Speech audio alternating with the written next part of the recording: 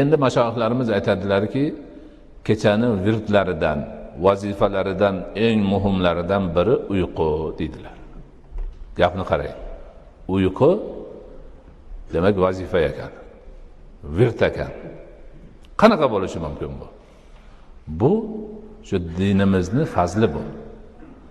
Siz bilan biz bandalariga, mu'minlar, musulmonlarga, ummati Muhammad, ummati Qur'onga ilohiy bir tuhfa bu.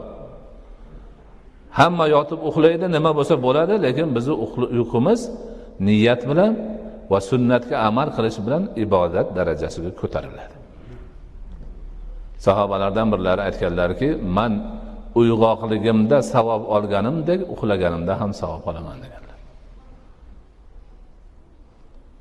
Uyquni ibodat bo'lishi uchun wird vazifa muridni kundalik vazifasi bo'lishi uchun uyquni sunnatga muvofiq tashkil qilish kerak.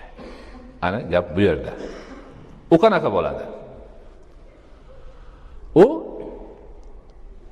avvalo tahorat bilan yotish kerak.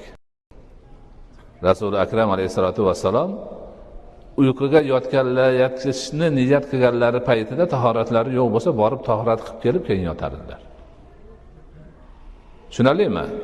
Demak, badanni pokligini, tahoratini ta'minlab yotadi. Endi shunda mashoyixlarimiz aytadiki, xo'p, badanni pokligini ta'minladi, endi qalbni ham poklab qo'ysin. Tavba qilsin Allohga yotib Alloh taologa qilgan gunohlaridan tavba qilib, qalbini ham poklasin. Mo'min musulmonlar tanish bilishlardan hiqdi, hasadi bo'lsa, uni ko'nglidan chiqarsin. Dushmanligi yoki zulm qilish niyati bo'lsa, bularni hammasini unutsin. Chunki yotyapti, qaytib turadimi, yuradimi, Xudo biladi. Ko'ryapsizlarmi? Demak, oddiy har kuni yotib turadigan o'zimizni ehtiyojimizni shariatimiz bizga savob, ibodat qilib beryapti. Ruhni tarbiyalash, poklashni omillaridan biri qilyapti. Uyqum ibodat bo'lsin degan niyat bilan tavba qilyapmiz. Qalbimizdagi hiqd, hasad, zulmga niyat va yovuzliklarni hammasini chiqarib tashlab yotyapmiz. Bir kun, 2 kun, 1 oy, 2 oy shunday qilgandan keyin odamda yomonlik qolmaydi. Ana shu.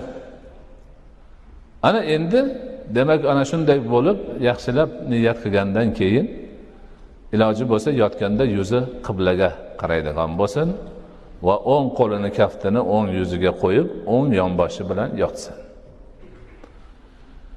Yotayotganda bismika robbi va da'tu jambi va bika arfa'u in amsakta nafsi faghfir laha va in arsaltaha fahfazha bima tahfazu bihi ibadaka solihin degan duoni o'qisin.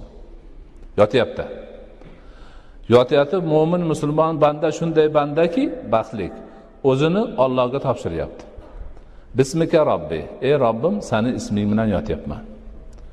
Yana seni isming bilan turaman. Boshimni ko'taraman.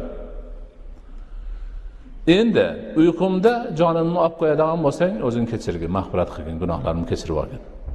Lekin yana qayta turg'izadigan bo'lsang, meni solih bandalaringni qanday muhofaza qiladigan bo'lsang, shunday muhofaza qilgin deb Allohga yolborib, duo qilib yotyapti.